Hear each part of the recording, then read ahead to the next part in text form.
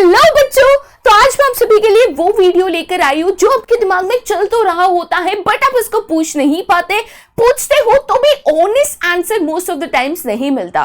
ठीक है, क्या है वो चीज? तो आज मैं आपके लिए ये वीडियो लेकर आई हूँ कि क्या क्लास 11th यहाँ पे पढ़ना जरूरी है अगर आप 12th क्लास में अच्छे मार्क्स स्कोर करना चाहते हो। जाहिर सी बात है, हमने 10th करा, 10th के बाद हमारे दिमाग में पहला क्वेश्चन आता है भाई 10th के बाद कौन सी स्ट्रीम हम चूज करें। चलो ठीक है, हमने स्ट्रीम तो चूज कर ली। अब सेकंड क्वेश्चन ये आता है कि मान के चलिए हमने कॉमर्स अगर चूज करा तो कॉमर्स में 12th में बोर्ड एग्जाम्स है, 12th के बाद मुझे कॉलेजेस में एडमिशन लेना है, 12th के बाद मुझे कोर्सेज चूज करना है, तो क्या 11th में एकदम सिंसियरली सीरियसली यहाँ पे 100% पढ़ना जरूरी है? दिन भर पढ़ाई करो, क्लास लगाओ, फोकस करो, क्या ये जरूरी है? या फिर हम 11th को एकदम ऐसा चिल टाइप यहाँ पे ले सकते हैं? देखिए बेटा, यहाँ पे इस वीडियो में मैं 100% सच्चाई, एकदम ऑनेस्ट ट्रुथ दिल से जो है आपको बताने वाली हूँ।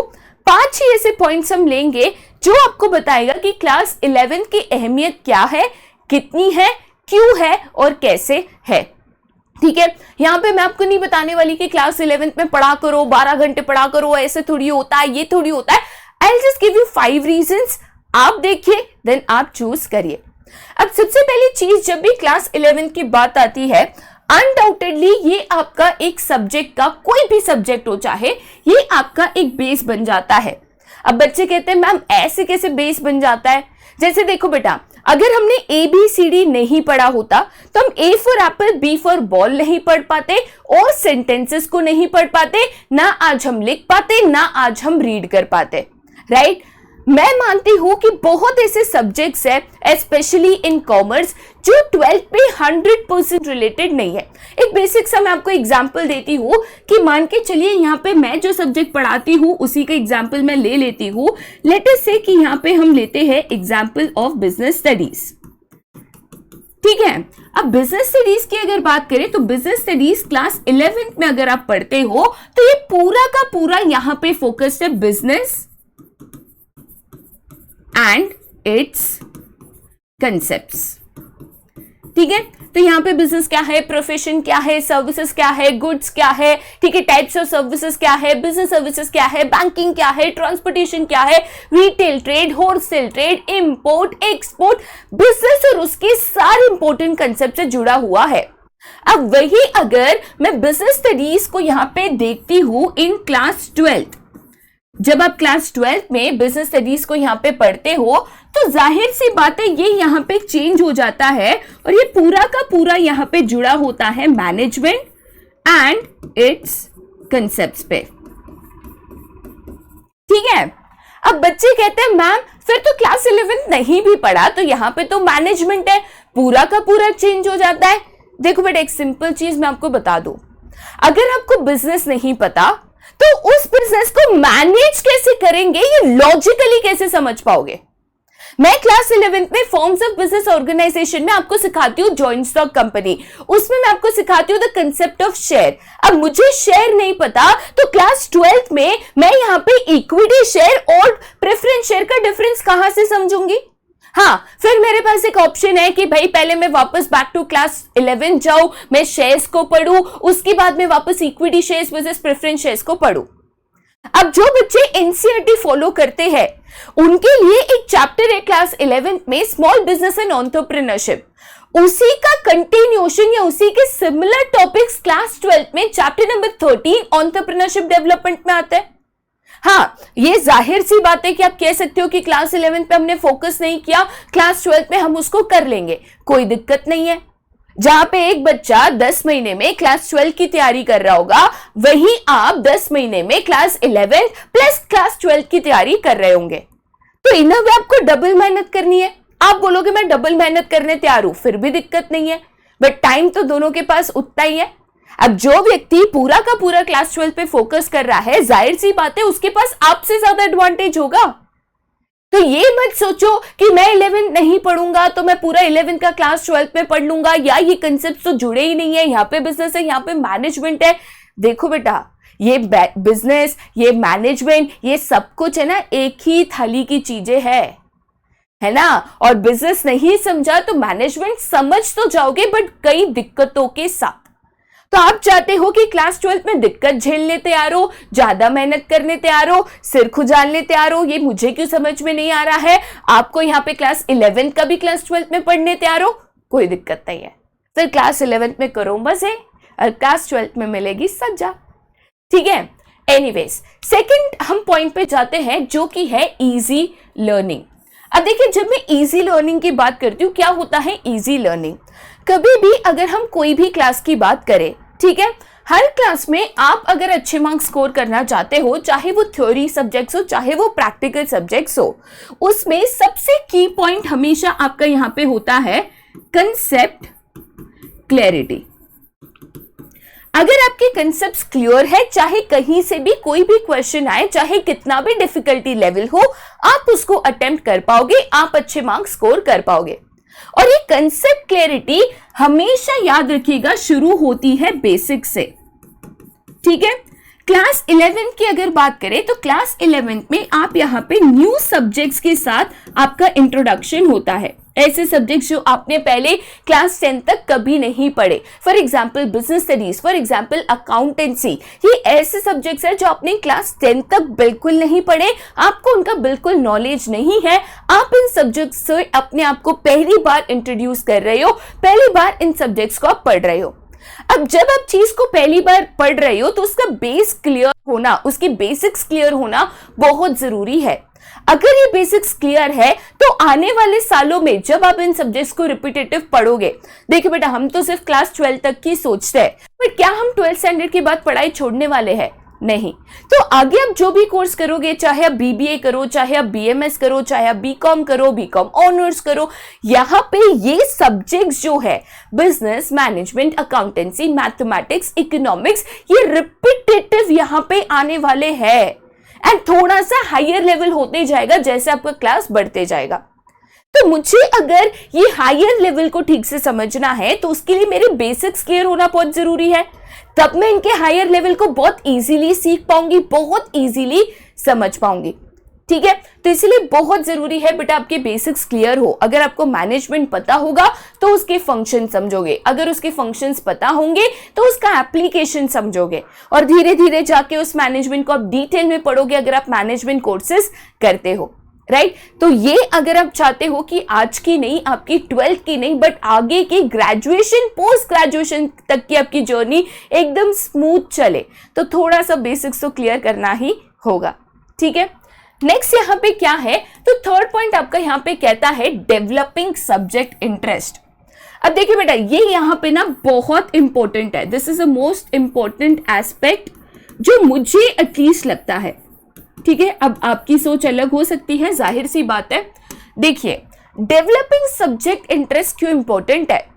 जैसे आप यहाँ पे क्लास 12th में आ जाते हो, जाहिर सी बात है, एक तो आपका फोकस होता है बोर्ड्स के ऊपर कि भाई बोर्ड एग्जाम्स है तो हमें यहाँ पे अच्छे मार्क्स स्कोर करने हैं, हमें पहले से पढ़ाई करनी है, प्रोजेक्ट्स की तैयारी करनी है, स्कूल पे फोकस करना है, क्लासेस पे फोकस करना है, राइटिंग इंप्रूव करनी है, राइटिंग स्पीड इंप्रूव करनी है, बहुत सारी चीजें होती है जो क्लास 12th में आके एक बच्चा बहुत सिंसियरली करने लगता है।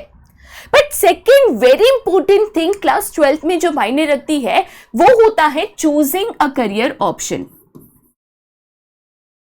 ठीक है, ये लेवल पे क्लास 12th में आपको चूज करना होता है बेसिकली कि आप आगे जाके क्या करना चाहते हो, क्योंकि उसी की बेसिस पे आप अंडर ग्रेजुएट प्रोग्राम में अपने आप को एनरोल करोगे और उसी चीज में जर्नी में आप फिर आगे बढ़ते जाओगे। जैसे 10th के बाद स्ट्रीम सिलेक्शन एक बहुत इंपॉर्टेंट स्टेज होता है, वैसे ही क्लास 12th के बाद एक अंडर ग्रेजुएट प्रोग्राम सिलेक्शन बहुत इंपॉर्टेंट चीज होता है। यहीं से, इसी लेवल से आपकी करियर बिल्डिंग की जो जर्नी है, एक्चुअल जर्नी यहां से शुरू होती है।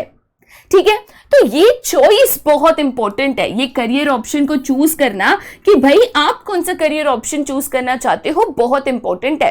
अब जाहिर सी बात है कि आपके पास बहुत सारे करियर ऑप्शन चॉइसेस है, आप बीबीए कर सकते हो, आप बीएमएस कर सकते हो, पर बेटा मैं बीबीए या बीएमएस कब करूंगी?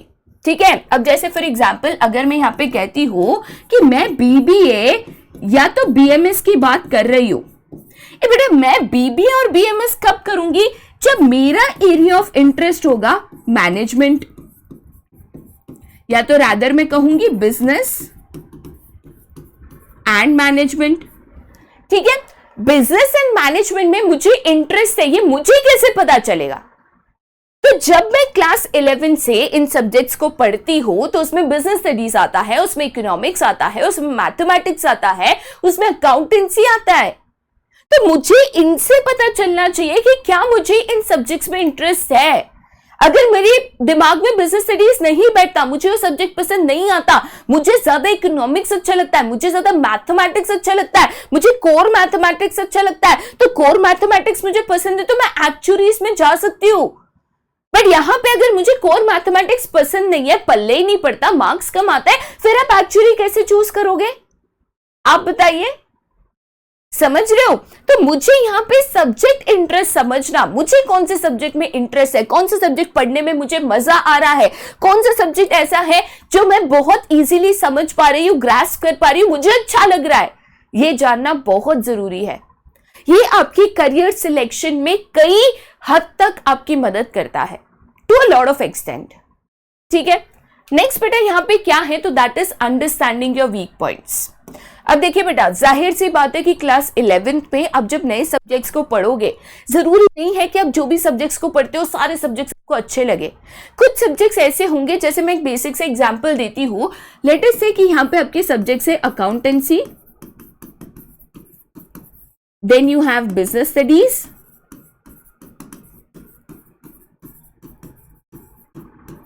ठीक है, then you have economics। let us say कि आपने यहां पे चूज करा है अप्लाइड मैथमेटिक्स, एंड उसके साथ आप पढ़ते हो यहां पे इंग्लिश। ठीक है, ये सब्जेक्ट्स है जो आप यहाँ पे अपनी क्लास 11th में चूज किया हुआ है और आप इसको स्टडी कर रहे हो। अब मान के चलिए कि इसमें मेरा एक सब्जेक्ट है जिसमें मैं बहुत ज्यादा वीक हूं, लेट अस से इकोनॉमिक्स और लेट अस से business studies, any of it, मतलब एक रैंडम आप कोई भी यहाँ पे कह सकते हो सकता है कि आपको अकाउंटेंसी डिफिकल्टी लगता हो सकता है कि आप लैंग्वेजेस में वीक हो, कोई भी एक सब्जेक्ट हो सकता है। ठीक है, अब मुझे पता है कि ये सब्जेक्ट में मैं वीक हूं, तो ऐसा हो सकता है क्या मैं इसके एग्जाम्स ही ना दूं? हो सकता है क्या? नहीं। देखिए बेटा, कोई सब्जेक्ट में आप वीक हो सकते हो, कोई सब्जेक्ट में आप एक्सपर्ट हो सकते हो। तो जो भी आपके यहाँ पे स्ट्रेंथ पॉइंट्स है, जैसे मुझे लगता है कि चलो यहाँ पे मेरा जो अकाउंटेंसी है, मेरा बिजनेस स्टडीज है, अप्लाइड मैथमेटिक्स है, इंग्लिश है, ये सब में मैं बहुत स्ट्रांग हूँ, मुझे बहुत अच्छे से समझ में आता है, बट इकोनॉमिक्स थोड़ा सा ज्यादा मुझे डिफिकल्ट लगता है। तब मुझे पता है कि ये मेरा वीक पॉइंट है, तो जाहिर सी बात है मुझे क्लास 12 में इसके ऊपर ज्यादा फोकस देना है, क्योंकि क्लास 12 में ये और थोड़ा डिफिकल्ट हो सकता है। एंड जाहिर सी बात है ओवरऑल परसेंटेज स्कोर करने के लिए ये सब्जेक्ट में भी अच्छे मार्क्स स्कोर करना उतना इंपॉर्टेंट है। तो क्लास 12 में मैं इकोनॉमिक्स पे ज्यादा फोकस करूंगी, उसको लेकर मैं ज्यादा सिंसियर रहूंगी, उसके लेक्चर्स में रेगुलरली अटेंड करूंगी, उसके नोट्स में शुरुआत से बनाऊंगी, ये चीज मैं करूंगी। देखो बेटा, जो चीज सबसे ज्यादा डिफिकल्ट लगती है ना, उसी से हमेशा पहले से शुरुआत करो उसकी, और ये आपको तब पता चलेगा जब आप सारे सब्जेक्ट्स को सिंसियरली पढ़ोगे। ठीक है, चलिए, and the last important point, ठीक है, ये आपका पॉइंट नंबर यहाँ पे 5 है, नॉट 6। लास्ट इंपॉर्टेंट पॉइंट बेटा यहाँ पे क्या आता है कि सक्सेस की एक ही गारंटी है। मैं हमेशा अपने बच्चों को बहुत सारे लेक्चर्स में एक चीज कहती हूं कि यहाँ पे मेहनत करने वाले कभी भी नसीब की बात नहीं करते।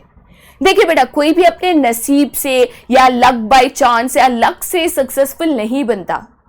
अगर आपको सक्सेसफुल बनना है तो उसके लिए 2 इंपॉर्टेंट चीजें हैं। एक तो आप सभी को पता है कि सक्सेसफुल बनने के लिए हार्डवर्क बहुत इंपॉर्टेंट है, और दूसरी एंड अ वेरी इंपॉर्टेंट चीज यहां पे आती है नॉलेज। ठीक है, एक लेवल तक डिग्रीज इंपॉर्टेंट है। जैसे 10th में मुझे जो मार्क्स आएंगे उस हिसाब से मैं 11th में स्ट्रीम चूज करूंगी, 12th में जो मार्क्स आएंगे उस मुताबिक मुझे कॉलेज मिलेगी, अंडर ग्रेजुएट में मेरा जो स्कोर होगा हो सकता है उस हिसाब से मुझे इंटरव्यूज में एंट्री मिलेगी, हो सकता है। बट उसके बाद जब आपकी करियर की आप शुरुआत करते हो, तब क्या मायने रखता है कि आपके पास नॉलेज कितनी है। अगर 10 व्यक्ति है, एक स्कूल में 50 बच्चे होते हैं, एक एरिया में 50-100 स्कूल्स होते हैं, तो लाखों बच्चे होते हैं जो हर साल आप ही के आजू बाजू सेम स्ट्रीम हो सकता है, सेम कॉलेज, सेम कोर्स से यहां पे ग्रेजुएट हो, बट उसमें से कुछ आगे निकल जाता है, कुछ पीछे रह जाता है। एंड सरप्राइजिंगली काफी बार ऐसे भी होता है कि जो अच्छे मार्क्स लाता है वो भी पीछे रह जाता है, because at the end it is a game of knowledge. तो बेटा यहां पे हमेशा फोकस आपका अगर होगा तो नॉलेज होगा। चीजें अगर समझनी है, चीजों को यहां पे आपको इन डेप्थ क्लैरिटी के साथ समझना है, और उसके लिए class 11th is very important. मैं नहीं कहती हूं कि 12 घंटे पढ़ाई करो, मैं नहीं कहती हूं कि आप 8-8 घंटे पढ़ाई करो, मैं नहीं कहती हूं कि सारी चीजें छोड़ दो। हाँ, आपको स्पोर्ट्स पसंद है, आप स्पोर्ट्स में जाइए ना, आपको कल्चरल एक्टिविटीज पसंद है, जाइए, आप इनिशिएटिव्स लेना सीखिए, आप स्टेज कॉन्फिडेंस सीखिए, आप यहाँ पे लीडरशिप स्किल्स डेवलप करिए, इंपॉर्टेंट है। बट अगर ये चीज करोगे विदाउट गेनिंग नॉलेज, कोई यूज नहीं रहेगा। तो ये सारी चीजें इंपॉर्टेंट है, और इसीलिए as a team, as a commerce वाला टीम और एज पीडब्ल्यू हम हमेशा बिलीव करते हैं स्टूडेंट्स को सही गाइड करना।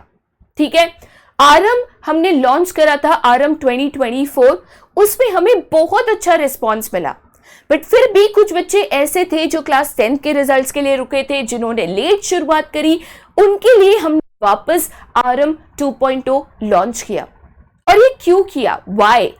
बिकॉज हम चाहते हैं कि बच्चे जब स्टडी करें तो ऐसे ना हो कि पहले के 2-3 चैप्टर्स हो चुके हैं, अरे स्कूल में तो 4-6 चैप्टर्स हो गए हैं, हम तो गांव में थे, मिस हो गया, चलो रट्टा मार लेंगे। नहीं, इससे आपके बेसिक्स क्लियर नहीं होंगे, इसमें आपको नॉलेज नहीं मिलेगी। और भले ही बैच अभी आया है, बट फिर भी we always promise to give complete details in the batch. हमेशा बेसिक से शुरुआत करेंगे, हमेशा इन डेप्थ पढ़ाएंगे, हमेशा तब तक आपका कंसेप्ट क्लियर करेंगे जब तक आपके सारे डाउट सॉल्व नहीं होते। बिकॉज हम यहां पे क्लास 12 के बच्चों पे जितनी मेहनत करते हैं उतनी ही क्लास 11 के बच्चों पे करते हैं, क्योंकि हमारे हिसाब से क्लास 12, क्लास 11 दोनों उतना ही इंपॉर्टेंट है। भले आज आपको समझ में नहीं आए, बट हमने तो हजारों बच्चों को पढ़ाया है, तो हमें पता है कि इस क्लास की इंपॉर्टेंस क्या है। तो यहां पे हम जितने सिंसियर है, क्यों है, ये सोचिएगा जरूर, और इसके मुताबिक आपको क्लास 11th में क्या करना है। क्या आपको फोकस रहना है, क्या आपको पढ़ाई नहीं करनी है, क्या आपको एंड मोमेंट में बस रट्टा मार के स्कोर करना है? देखो बेटा, चॉइस आपकी है, बट एट द एंड जो चॉइसेस आप आज करते हो वही आपका कल, आपका फ्यूचर कैसा होगा, ये डिसाइड करता है। ठीक है, तो इसी के साथ मैं आज का वीडियो जो है यहीं पे एंड करना चाहूंगी। ठीक है, उम्मीद करती हूँ कि यहाँ पे बहुत बेसिक शब्दों में मैं आपको समझा पाई कि क्लास 11 क्यों ज़रूरी है और इसकी क्या इंपॉर्टेंस है। फिर भी आपको लगता है कि कोई एक आधा पॉइंट मिस हो गया या आपके मन में कोई डाउट्स है, तो आप नीचे कमेंट सेक्शन में हमेशा बता सकते हो। आज के लिए यहीं पे bye bye and have a nice day.